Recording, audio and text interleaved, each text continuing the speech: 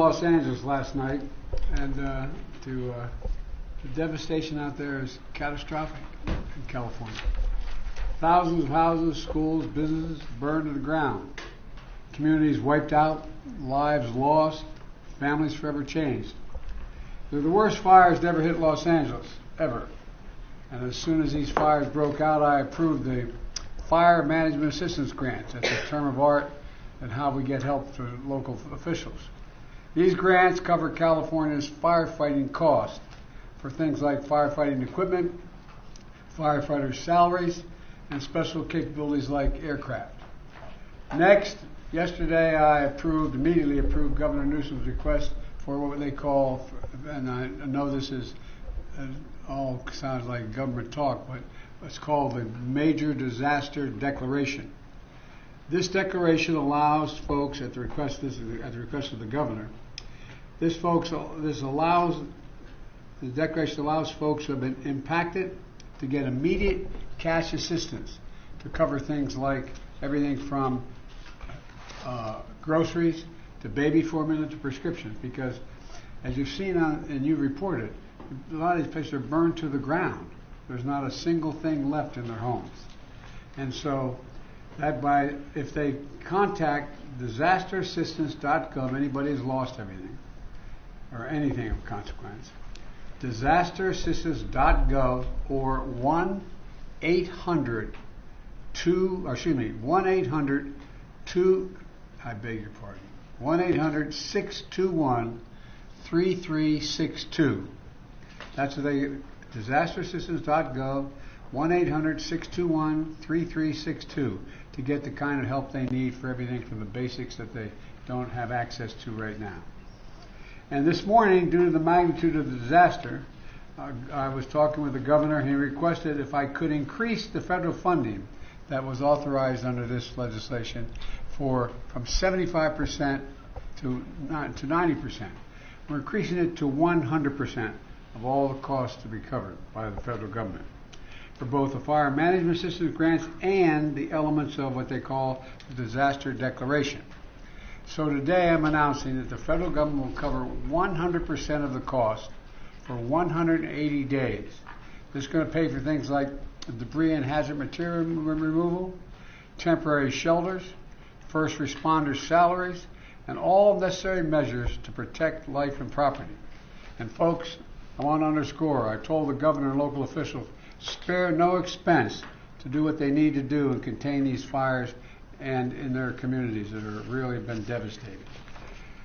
And we're doing literally everything we can at a federal level. That's also why I call this group of folks around this table of all relevant federal departments and agencies together to discuss what more we can do. And some of the folks around the screen as well. Before we begin things, here's an update on where things stand right now. First, we focused on helping contain these fires.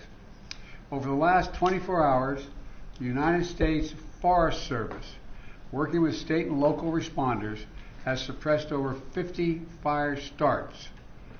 And the fire in the Hollywood Hills has been contained by brave firefighters risking their lives. Right now, 3 major fires are still burning in the Pacific Palisades, in Pasadena, and in Sylmar. I want to be clear. What I know from talking to the governor, that there are concerns out there that there's also been a water shortage. The fact is, the utilities understandably shut off power because they're worried the lines that they carry the energy were going to be blown down and spark additional fires. But the Cal Fire, when it did that, it cut off the ability to generate pumping the water. That's what caused the lack of water in these hydrants. And so Cal Fire is bringing in generators to get these pumps up and working again so that there's no longer a shortage of water coming out of these hydrants. I'm also surging all federal resources possible to Southern California, including 400 additional federal firefighters, over 30 firefighting helicopters and planes, federally supplied, firefighting planes and helicopters, and 8 Department of Defense C-130s that are equipped to suppress wildfires. Today, the Secretary of Defense also authorized 500 wildfire ground clearing personnel from the Defense Department. And I've directed the department to continue working with Governor Newsom to identify additional resources that can be provided for public safety and security. And we've secured additional firefighters and firefighting aircraft from our ally in Canada as well. I also want everyone in Southern California to know we're going to keep at it. We're sticking with this. We expect there may be a temporary break in the winds, but in some areas the winds are likely to continue well into next week. And so we're going to continue to sending everything, literally, every resource we can find that's appropriate to help the governor and the first responders. Second, we're focused on helping people who have been displaced or in many cases lost everything. You've reported on, you've seen the homes just burned to the ground, whole areas burned to the ground, large areas. They've been displaced and they've lost everything. As I said, since the fire started, FEMA has been working with the state to help residents get shelter, groceries, prescriptions, and other critical goods like baby formula. We're also sent FEMA Director Criswell to Los Angeles to manage our response on the ground. She was supposed to be on this call, but we have a deputy here because she is out in the field with the governor right now, surveying what's going on. Let me close with a message to the people of Southern California. We are with you. We're not going anywhere. To the firefighters and first responders, you are heroes. Many of these firefighters are out there risking their lives, and some, well, I won't go beyond that, but risking their lives, and while their own homes are in danger, their families are in danger. To the firefighters and first responders, you really are. It's not hyperbole, you're heroes. You're genuinely heroes. And the worst, this is the most widespread, devastating fire in California's history. It's amazing. And there's nobody understands it better than the press have been covering this on a minute-to-minute basis. And you literally have to run into the flames, these firefighters. You know that old expression, God made man, then he made a few firefighters. Who runs into flames? In doing so, you're leaving your own families and who may be in harm's way as well. So we owe you. And we're going to make sure that you get every resource you need, every possible resource you need. To the families who have been impacted by this disaster, you're living through a nightmare, I know. And I promise you, we're going to help you get through this and eventually recover and rebuild. I want to turn it over now to the Vice President before we go on to the folks in the various cabinet positions as well as agencies that control these issues. Madam Vice President, I know you're directly affected, so you fire away. No pun intended. Indeed. Thank you, Mr. President, and also for the work that everyone around this table has been doing with the appropriate sense of urgency, because this is an urgent matter. What we have seen in California, and in particular in Southern California, is apocalyptic in terms of the nature of it and the unprecedented nature of it as well. And what we are seeing is a situation that is extremely dynamic. It is very much in play, and to some degree unpredictable, because we are literally waiting to see which way the wind blows.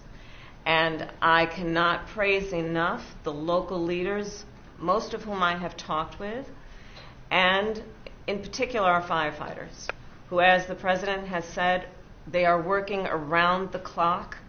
They are working 12-hour, even longer shifts, and they are doing it with a sense of optimism, but also with an understanding of how serious this moment is and how important their work is to real lives and real people. Thousands of families have been displaced. Many of those families with young children with nowhere to go. And what we know is that this is a matter of current urgency, but this is also something that is going to have an impact for months and years to come. And on that point, I will also make note of the fact that, sadly, many insurance companies have canceled insurance for a lot of the families who have been affected and will be affected, which is only going to delay or place an added burden on their ability to recover. And I think that is an important point that must be raised, and hopefully there can be some way to address that issue, because these families, so many of them, otherwise will not have the resources to recover in any meaningful way. And many of them have lost everything. In the midst, however, of all of the trauma that has occurred, we have seen extraordinary acts of heroism. I'm hearing countless stories of strangers helping strangers. People who are opening their homes where they are intact and have not had to evacuate, opening their homes to neighbors, to friends of neighbors, feeding them and providing shelter for them. And I do think that it speaks to the best of who we are as a country, which is in times of crisis, we find the heroes among us who we may not have known before, but act out of a sense of courage, but also a sense of community. And I applaud all those who are approaching this crisis with that spirit. And the bottom line is this: there are incredible heroes every day who are working right now in California on the front lines of this fire. And in particular, I want to thank the firefighters for all they are doing. They are, as the President said, putting themselves in harm's way, and they are doing the work that is about helping people who are perfect strangers to them, and doing it in some of the highest moments of need that anyone could face. And with that, I'm going to turn it over to Liz Sherwood-Randall. Turn it back to me. Okay, back to the President. Look, I've had a chance to speak with a lot of the elected officials, including the senators, some of the congresspersons in the region, as well as the vice president as well. And I want to be clear that one of the reasons I've asked this larger group to get together is because they control the very agencies that are needed from a federal level to get things done. And we're in a situation where the U.S. Forest Service Chief, Randy Moore, is here. And he's going to provide an update in the fire situation in Los Angeles and discuss how the U.S. Fire Service, the U.S. Forest Service, is assisting Los Angeles and the state of California with fighting the wildfire, including the action his team has taken to suppress new fire starts. So, Chief, why don't you fire away? Thank you, Mr. President, Madam Vice President. It's great to see you. I, too, consider California my home. Yes. And so it's great to be here to talk about this dramatic situation that we have. So the Forest Service and the Department of Interior are actively engaged in supporting the response to the wildfires in Southern California. And there are 4 major fires that we currently have going on. The Forest Service is in unified command with the LA County as well as other local city agencies. We're looking at the Eaton, the Hearst, and the Lydia. And if you look at that area there, that's the northernmost part of that area where the fires are taking place. The Palisades Fire, which CAL FIRE is in control of. And then we have a new start, which is this Sundown Fire that just started last night. And it also has potential to expand quite significantly just based on the location it's at, but also the winds that are expected to continue. Right now, when I look at the mutual aid system in California, I want you to know that it's second to none in terms of how that system works and how it really moves to activate federal firefighting community and how it is activated and engaged. Every year we prepare for these Santa Ana winds. It's just that what is happening now is happening sooner.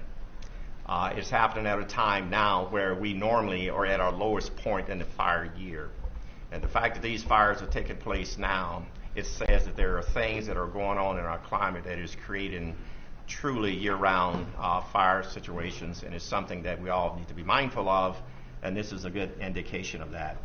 To give you an example, that if a fire starts from any ignition source during these Santa Ana winds, it has the potential for explosive growth and spread. And when that happens under these wind-driven conditions, it's very difficult to control. Now, in addition to this, when these winds are high, the aviation resources cannot fly. So it limits a lot of the potential area of support. As of this morning, there were over 4,000 firefighters that were assigned to these large fires.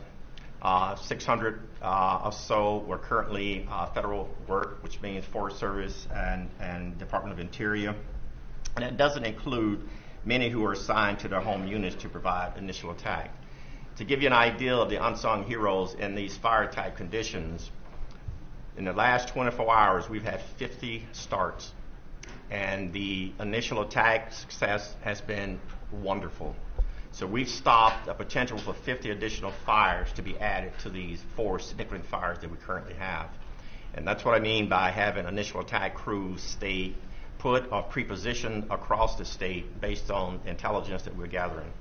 And so I wanted to mention that because we talk about the active fire suppression, but there's so much that takes place behind the scenes that limits the amount of fires that our firefighters are having to respond to. The President did an excellent job of mentioning all of the resources that's available and that are assigned to the fire. I won't go over those, but we have a number of equipment that's out there that when the winds allow us, we'll be in the air fighting those fires. We also have a number of private contract crews that we're working with. We're working wonderfully with the state, county, and other federal firefighters, also the tribal firefighters as well in the communities. And we're looking at these maps, which we call the Modular Area Firefighting System air tankers. There's 8 of them. And there were, like I said, this time of the year, we're not ready for that. But within the next 24 to 48 hours, we'll have all 8 that's available for assistance. These aircrafts require lead planes to lead them into these fires. And so we're having to go through that whole process and ramp up really quick to get the inspections in, the check rides, so that these are qualified and are able to go. We're also working with our Canadian partners to mobilize 2 CL-415. These are water scoopers. They will clear customs on Monday, and they will be available after they clear federal inspections and the check rides. An important thing to know is that these aviation resources require a lot of support in the form of mechanics, airport space, helicopter managers, area supervisions. And so we work with our state and local and federal agencies to identify these aviation support resources to be sure that we can respond effectively. Now, I had mentioned the amount of fires that we've responded to in the last 48 hours, and I mentioned the 50 fires in the last 24 hours. We're continuing to have new starts. We're continuing to monitor the types of activities. We have about 8,000 firefighters on standby to add to this if need be. Right now, we are going to monitor the number of aircraft and firefighters we have in that small space. Because as you can imagine, there's only so much you can put in a space before you create other challenges there. The airspace in that area is pretty tight. You have commercial airports and others in that area. You also, unfortunately, have drones in the air, which is a concern to our pilots and to the safety of the aircraft, and so we have to be mindful of that. I only bring it up to let you know that this is not a very easy environment to operate within. Our firefighters, both federal, state, and local, and tribal, are doing just an outstanding job in what I consider to be some significant challenges in a significant environment. I think, as I look at some of the questions that you may tend to ask, it's typical that the causes of fires isn't known immediately because resources are really focused on response. However, all the fire causes are investigated, and I want to be upfront with that. Each one of these fires will be investigated to see what the cause and origins of them are. And what we know now is that it would be unusual for there to be lightning-caused fires in Southern California at this time of the year. Fire investigations are the responsibility of the jurisdiction on where the fire starts, and we're ready to assist with this if and when needed. Thank you all. Thank you. Randy, tell me about the conditions that we're dealing with on the ground. What's most concerning to you? Most concerning right now is the wind, because the wind is limiting our ability to put aircraft in the air. Aircraft will not put that fire out, but it gives our firefighters, our boots on the ground, a really good opportunity to put the fire out with a little help from retardant and water drops. with these Santa Ana winds, what's interesting about this part of California, these Santa Ana winds comes off the ocean usually in the mornings, and then you have the sundowner winds in the afternoon pushing the wind back the other way. And so while you're fighting to stop the fire this way in the morning, you're also fighting to stop the fire from coming back at you in the afternoon. The sundowner winds are not significant as we speak, but those are the challenges we have in that part of California. And so again, our firefighters are doing just an outstanding job of working in that type of environment, which their lives are really at risk pretty significantly under these conditions. Thank you. I told you Administrator Griswold is off with the governor and inspecting some of these areas. So we have Bob Fenton. Bob, can you hear me? Hello, Bob. Sir, Mr. President, I hear you. Fire away. You hear me, sir? I'm there.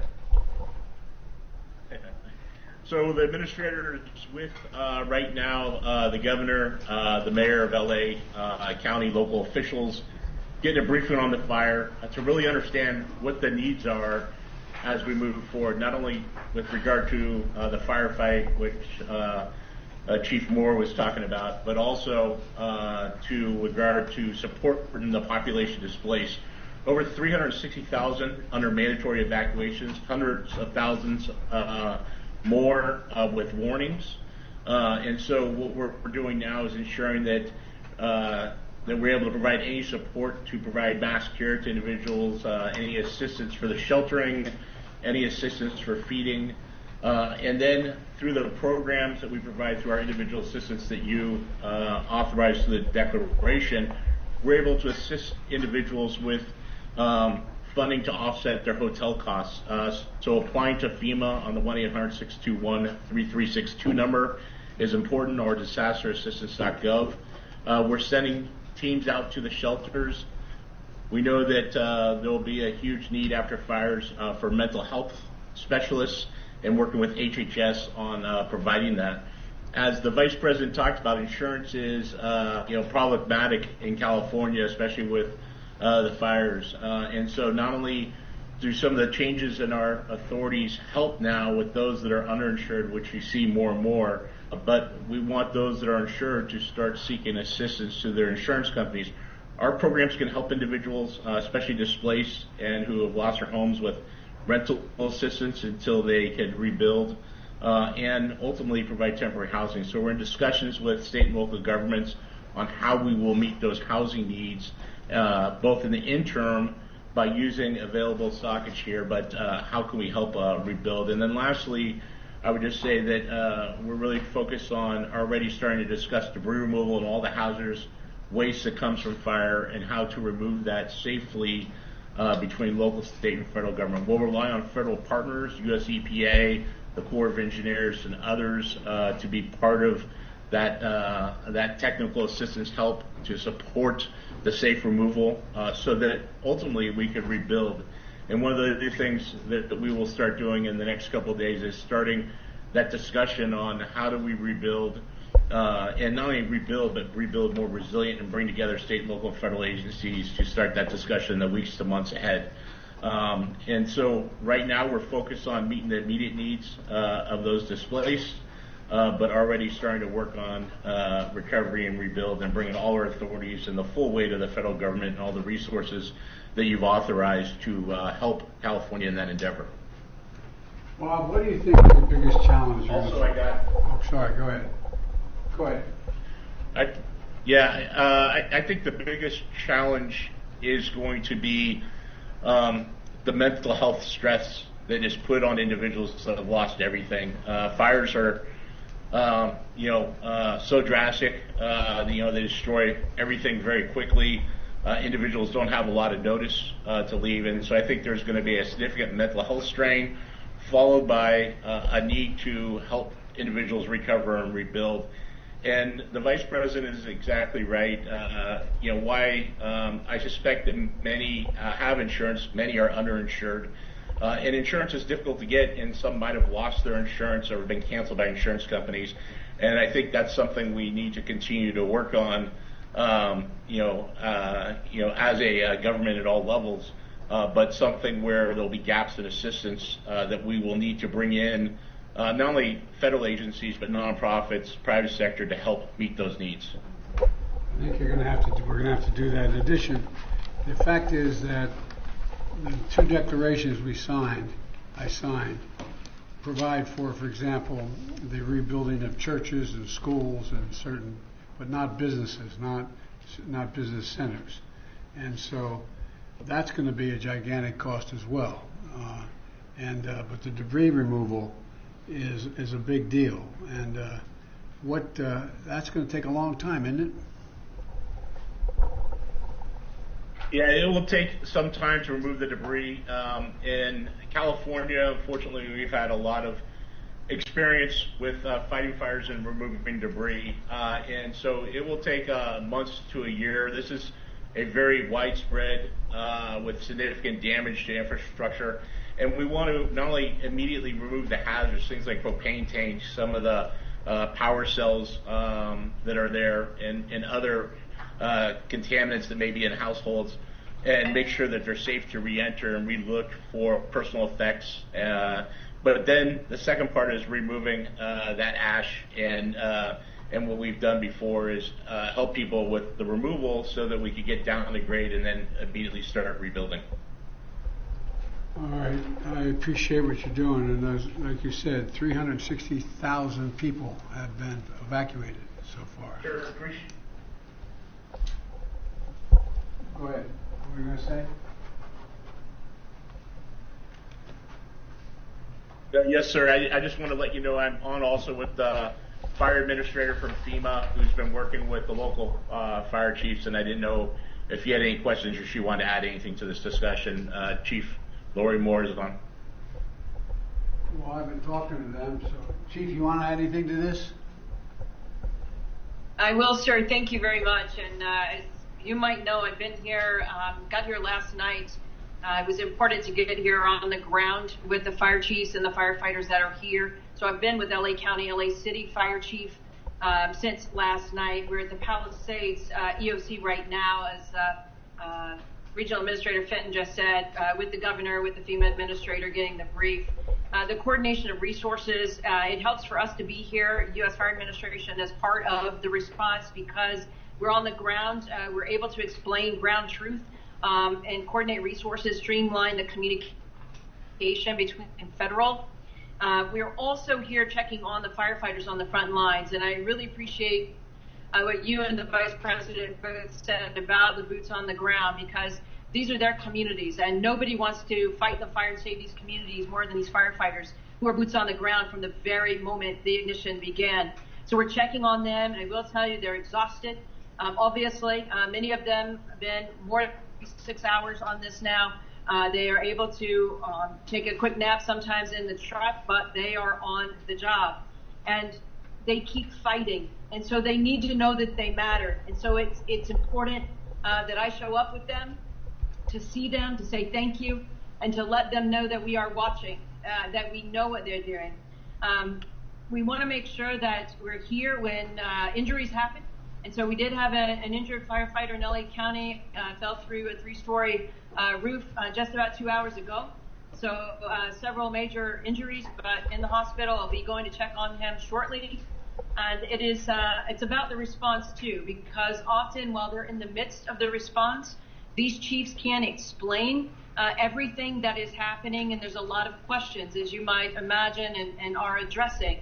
And so it's important that we're here to help explain why the fire's moving the way it is, the fire dynamics, helping people understand. And when there's questions, as you know, about the response or about the water, to help people understand that it's not over if there's not water in the hydrants. We have tenders, we have tankers, they're doing rescue. So there's a lot of work to be done, and controlling these perimeters. There's so much work that these firefighters are doing beyond the direct suppression on these fires.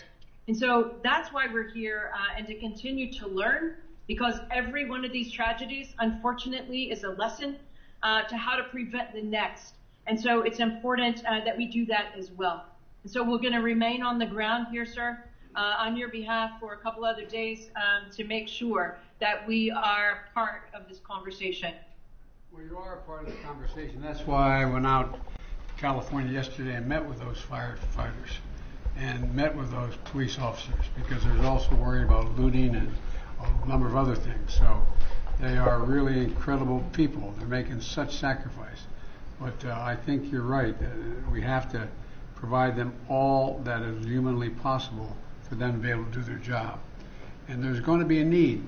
I want to say it again, and we all know it around this table. There's a need for some help in terms of the psyche of these folks. There's going to be real problems regarding to the mental health issues, and we got to make sure we're prepared to deal with it. All right, now Deputy Secretary of Defense Kate Higgs. Secretary, why don't you tell us what you and I and others have been talking about the Defense Department doing and what they're prepared to do now. Thank you, Mr. President. Oh, Madam I'm looking Vice at President. Right here. the screen. No, I know. Yeah, that surprised you. Yeah. We are very much leaning in here at the Defense Department. We, of course, are always looking for how we can support state and local partners and, of course, our interagency partners in the federal sector that you've already heard from. And that includes every tool that we believe we can leverage that causes us to always lean forward to make sure our partners understand what we could bring and be responsive to requests that they're coming forward with. And we have been in receipt of some requests. I will turn, with your permission in a moment, to Chairman Brown, and then we also have on the screen with us the NORTHCOM Commander, General Guillot, who is our focal point for responses here in the United States homeland. Secretary Austin this morning out in Germany already in his opening remarks for the final Ukraine Defense Contact Group spoke explicitly to our intent and efforts underway now to provide search support. And so I just want to emphasize it's so important to us that he's put that front and center even while he's concluding this important work overseas. You have mentioned some of the efforts we already have underway. We are ready, as I said, to engage with our partners on further efforts. With your permission, I'll turn to Chairman Brown. Please. Mr. Chairman. Mr. President, Madam Vice President, as you highlight, we do have 500 personnel already identified to be able to support. Not so much in firefighting, because it takes some 10 days of training that would be required, and we don't want to pull firefighters away from that, but they can also support with rock clearance capabilities, commodity distribution.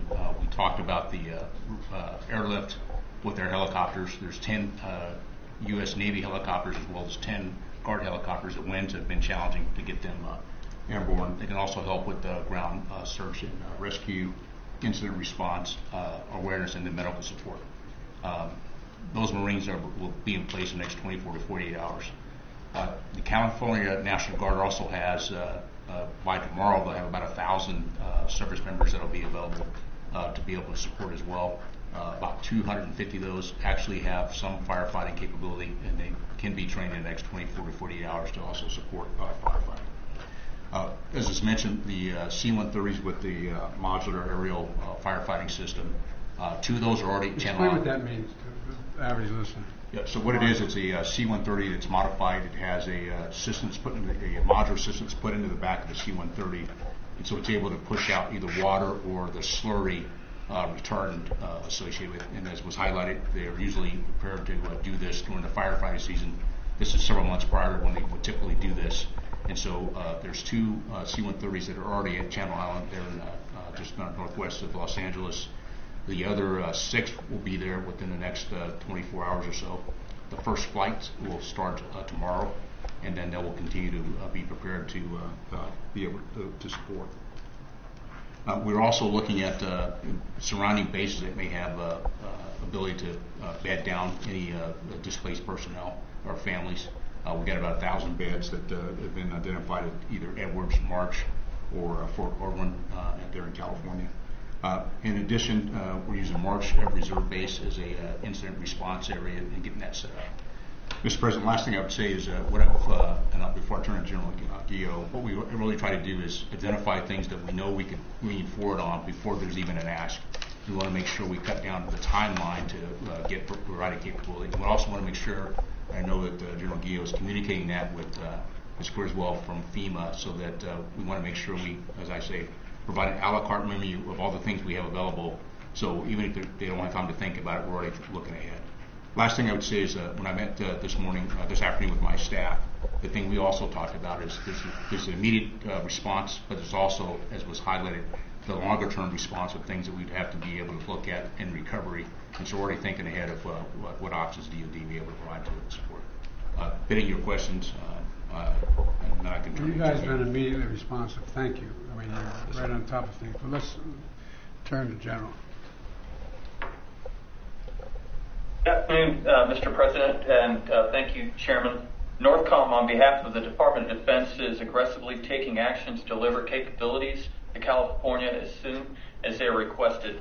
So in addition to the aircraft and ground forces and the installation support that President Biden and Chairman Brown mentioned, we've identified other capabilities such as helicopter support, search and rescue, both from the ground or from the air, commodity distribution, route clearance, and medical capabilities that we've postured and have leaned forward to make sure that they're able to deploy to California and operate just as quickly as they are requested. And to do that, we're cooperating very closely with FEMA, with the state of California, and the National Guard Bureau to deliver the right capabilities at the right time for the women and men of California. Well, the Defense Department, I got to say, has stepped up immediately. I didn't even, matter of fact, I got a call what you need before I even asked. So thank you all. And you have incredible capacity and capabilities. It's just getting them in place as quickly as possible is the most important thing. You're doing that right now. So I think you're going to see an awful lot of help coming based on what you want to do, what you can do, and the entire department is surging capacities, in my understanding, including the aerial equipment to fight these fires. So thank you very much. Now I'd like to speak to our Department of Energy Secretary Jennifer Granholm. She will brief us on power outages and initial assessments of impacts on the power grid in Los Angeles area. And Madam Secretary, it's all yours, wherever you are. We're looking to see if she's on the screen. She's had to board a plane, so if she has had to board, the Deputy Secretary, Dave Turk, is sitting at the end of the table. It looks like she is on her plane, so I'll give the update, Mr. President. And she's on the way, Mr. President, to Puerto Rico, again, on official visit, given the island-wide blackout there, and doing everything we can to help on that front per your guidance and the Vice President's direction as well. And of course, again, per your guidance, we're doing everything we can to help, working with partners, including our utility partners, but also other federal partners as well. As of just coming into this meeting, there's about a little over 400,000 customer outages in California. Important to note that these are both actual outages, power that's actually been disrupted because of the fire, but also proactive shut-offs, just as you mentioned as well, to prevent fire ignition and the spread of fire. We've got two main utilities out there, Southern Cal Edison and the Los Angeles Department of Water and Power, and we're in close and continuing contact, including with their CEOs, Pedro and Janice, as well, including calls with them just a few hours ago, just to make sure we're doing everything we can to help. We're coordinating with those utilities and with utilities literally across the country to make sure that we've got all the capabilities that we have in the federal government, but our utility partners to provide that. I want to thank you, Mr. President. You joined a call just a couple months ago with Liz and our secretary to thank all of these utility CEOs. We've got this phenomenal partnership with utilities all across the country. It's called mutual assistance.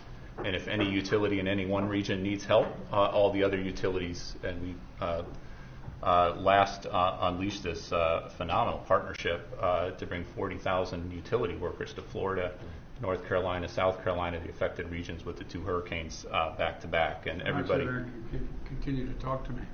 They've been deployed so many places. Well, having been with the utilities out, we were all in Colorado for this meeting. They just appreciated you taking the time to thank them for their personal leadership, and it's the utility CEOs themselves who make the time for these calls going forward. We're working closely with all the utilities. We're also in continuing contact with the transmission operators. The disruption has really been at the distribution level, at the local level, but we want to make sure there's not broader outages and broader concerns. As of now, we're not seeing any issues with stability of the broader transmission system, either in the region or across California or more broadly. So that's a good news part of where we're at now, of course. We're working with the utilities trying to restore power to customers as quickly as we're able, but full restoration, of course, is going to take some time here. In particular, the comprehensive damage assessment will take time and can't begin until it's safe for crews to get in there and actually do the assessments and do the work. So we're working, Madam Vice President, as you said at the outset, with a real sense of urgency here, but also with a sense of we'll do whatever we can over the long haul to do right by our responsibilities. David, one of the things that everybody's mentioned so far is the mental stress it's going to cause for average Americans who are caught in the middle of all this. And one of the things that, it's not, these aren't everyday, no matter how well educated one is, they're not always certain how power is transmitted, why it's transmitted the way it is, and so on. Could you explain to the folks here, the public is listening, what the impact on some of the utilities have had on the ability to generate the pumping of water? Because there's a lot of accusations going around that it's because that the local leadership didn't care. I mean, explain how this works and why it makes sense what's happened. So this is an issue, actually, Secretary Granholm was on the phone with the CEO of Southern Cal Edison to talk exactly about this and make sure we were doing everything we can on that front. And it's both the power issue, and you mentioned generators and other ways that we can try to help solve the problem there, but it's also the pressure and making sure that we're thinking of these things holistically. And certainly my experience over the last 4 years under your leadership is it's not one department, it's not one slice of your federal government that is responsible. Energy and water issues overlap in a lot of different ways. So we work with our EPA colleagues and others to make sure that we're bringing all of our expertise and explaining it to our fellow Americans. It's important that we give transparent information and information they can rely upon. Well, I think it's just people don't know how it functions. And for example, since I've been president, I've been in an aircraft flying over more territory where there have been wildfires, from Arizona all the way up to Idaho and beyond, and that make up an area larger than the entire state of Maryland, burned to the ground. And one of the problems has been that people don't understand that when these high winds occur, what happens is, or when these storms occur, these utility poles, these whole, those big lines you see where all the lines are on, they fall to the ground in the middle of the forest. It's not just about raking the leaves under the trees. It's about the fires that causes. And so utilities have to shut down the ability to continue to transmit on those lines. And the consequence of that, I don't think most people think, no matter how well educated they are, unless they're in the area, that there's a direct correlation between the utility company and the ability to pump water out of a hydrant. And so it allows for a lot of uninformed people to make assertions or concerns or accusations about the local officials not caring or not working. So as I understand it, the vast majority of the circumstances where the water resource has been diminished is because of the utility company not being able to maintain the electric transmission because they're getting knocked down or shutting down so they don't cause more fires. Exactly. But now what is happening is, are we getting cooperation with utility companies to bring in generators and others to bring in generators to generate the energy to allow that fire hydrant to function? Explain that a little bit. So this is the pragmatic can-do attitude, and folks who've been literally doing this are civil servants and others for their careers, and making sure that we're solutions-oriented. We sometimes call our department the solutions department, as Liz knows from having been Deputy Secretary of the Department of Energy. And so whatever gets the power on to allow the water, whatever gets the job done, a lot of times it's working with our defense colleagues who have terrific assets that can be brought in quite quickly.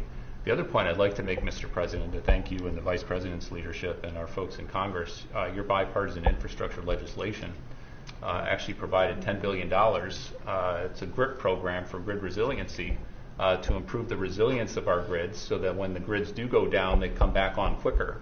That's $10 billion that we've already gotten out the door and is being invested in communities all across the country. We need more of that. We need continued focus on infrastructure, but infrastructure matters. It matters a great deal because, for example, one of the things that I knew, but I didn't know that I didn't put a number on it. It'd be a lot easier if these electric lines are running underground in contained vessels. So in the middle of forest, so there's nothing that, I mean, but it costs what, 6 times more? It can cost 6 times more, and we're doing a lot more undergrounding thanks to your leadership on the infrastructure funding. It's not cost effective everywhere, and some places it's necessary. Some places it's absolutely necessary, and we need to have the funding and support to do that as quickly as we can. Well, I think we're moving in the right direction. I know it. Look, this is really, really, really difficult for families to have to deal with it. I mean, you know, I have a family member who lives out there, and the area where he lives, I'm not going into detail where he lives. I think there's something like 240 or 260 homes that burned to the ground, all but 14 or 15 of them. And everybody has to evacuate. And people are going, when do I get back? Will I ever find that picture album? Will I ever find the jewelry that my grandmom gave me? Will I ever, I mean, there's so much anxiety that's generated. And I think that we've been through this once before in Hawaii where the fires occurred and we're trying to build back up the community so they could open up and things be running. But it's really, really, really hard. So I'm going to make an appeal right now to the United States Congress. They're going to have to step up when we ask for more help to get these people the kind of shelter they need, to get the kind of help they need, because it really does matter. And you guys do, I'm not being solicitous, you all do a hell of a job. Mm-hmm. And we've learned, unfortunately, so much. And there is, in case you haven't noticed, there is global warming. It does change weather patterns. And as you explained, Randy, wind's going in and wind's coming out. You get the one going in, but you don't want the one coming back out. And so my point is that I think the more we can explain to the American people in plain, straightforward, honest English or whatever language of us understand what exactly is happening, the more likely we're likely to get the kind of support and not make a political deal out of this. I'm leaving this office very shortly, but it's not about the politics. It's about giving people some sense of security that we're going to be able to get this under control, but it's going to take time. And it's going to take time. And like I said, in the next little bit, we're going to be going back to Congress asking for some more help on some of this stuff. And I hope they're ready to step up because we can afford it. And like I said, we have a little infrastructure bill that's over $1 trillion. It's going to be able to help a little bit. We have done a lot in terms of what we're going to do in terms of providing for this rebuilding of communities. And so I think the most important thing we have to do, those of us sitting around this table and on the screen, is explain in simple, straightforward language what the capacity we have is, how we're using that capacity, and what capacity we don't have that we need. And in order to keep things from just all these, in crisis, rumors and fear spread very quickly. And the most important thing is to let's just bring this down in an area, be honest with people, what's at stake, but be straightforward with them. What can be done and how we're going to get it done. So I thank you all very much. I'm proud of the job you're all doing, and I'm quite frankly proud of the job the local officials in California are doing. I've spent a lot of time with the governor and the mayor of Los Angeles and others. They're doing everything that we ask of them and beyond, and so we're stepping up as best way we can. Any of my colleagues around the table or on the screen want to add anything before we close this out? Well, as the Californian at the table, thank you for all of the leadership that everyone here has provided, starting with our president. We are beyond the point of calling it fire season. Yeah, that's right. we really, and we're seeing this around the country, that whereas years before we would talk about a particular season of extreme weather, we are seeing that it doesn't matter what month of the year, we should be ready. The work that our administration has done in particular on the issue of infrastructure, together with the Inflation Reduction Act and the attention we are paying to the climate crisis, is so important, because we have got to invest as a country in adaptation, and we have to invest in resilience. And that is about homeowners, that is about families, that is about cities and local governments, state governments, and we have to adapt to this changing climate. For example, fire hydrants are pretty much built to deal with an individual house fire, not with a wildfire that is taking on entire residential communities, where these homes are providing the fuel for that fire to grow. We have to put more resources into our fire departments and firefighters, understanding that we are asking a lot of them that traditionally they never had to do. And because of their commitment to their profession, they're attempting to rise to the moment of crisis. But we need to put more resources into those individual professionals and into the departments that sustain that work with the mission. That is such an important mission in times like this. So, Mr. President, I thank you for your leadership, your foresight to understand what over these last 4 years we could do to leapfrog in front of what we know to be a changing climate to meet these types of moments. And God bless all of the people who are on the ground right now in California doing that work. I thank you for your comments, and I think I totally agree with you. It will not surprise anybody. Look, there's an expression from a famous Irish poet. He said, "All's changed, changed utterly. A terrible beauty has been born." All has changed in the weather. Climate change is real, fundamentally altering, not just here, but around the world. Around the world, what's going on. And we've got to adjust to it. We've got to adjust to it. And we can. It's within our power to do it, but we've got to acknowledge it to begin with. Just acknowledge that there's a change taking place, that we're not going to be able to legislate away. It's real. There is global warming. It's real. It's having a profound impact, and where it goes from here, I don't know, but I know one thing. We have the capacity to respond to it if we, in fact, exercise our good judgment.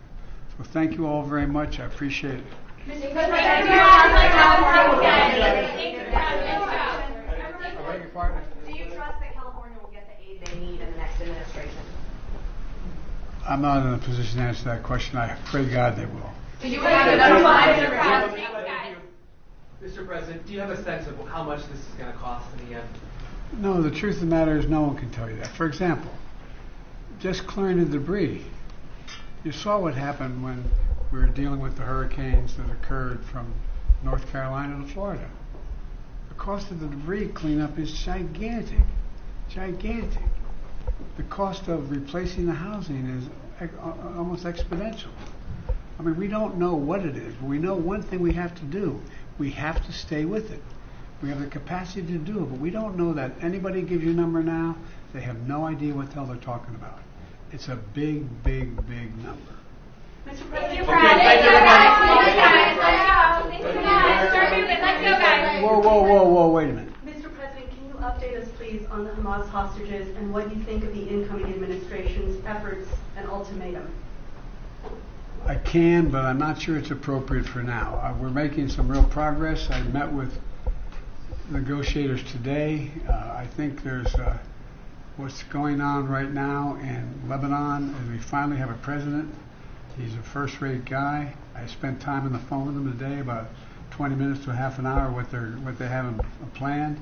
They're also working very hard with the Lebanese military, accountable to the Lebanese people, not Hamas, not Hezbollah, not any other group. And so I think we're seeing some progress. And I know hope springs eternal, but I'm still hopeful that we'll be able to have a prisoner exchange. Hamas is the one getting in the way of that exchange right now, but I think we may be able to get that done. We need to get it done. Thank you all very much. Mr. President, what else can you do to help Ukraine before you leave your office? Everything they need.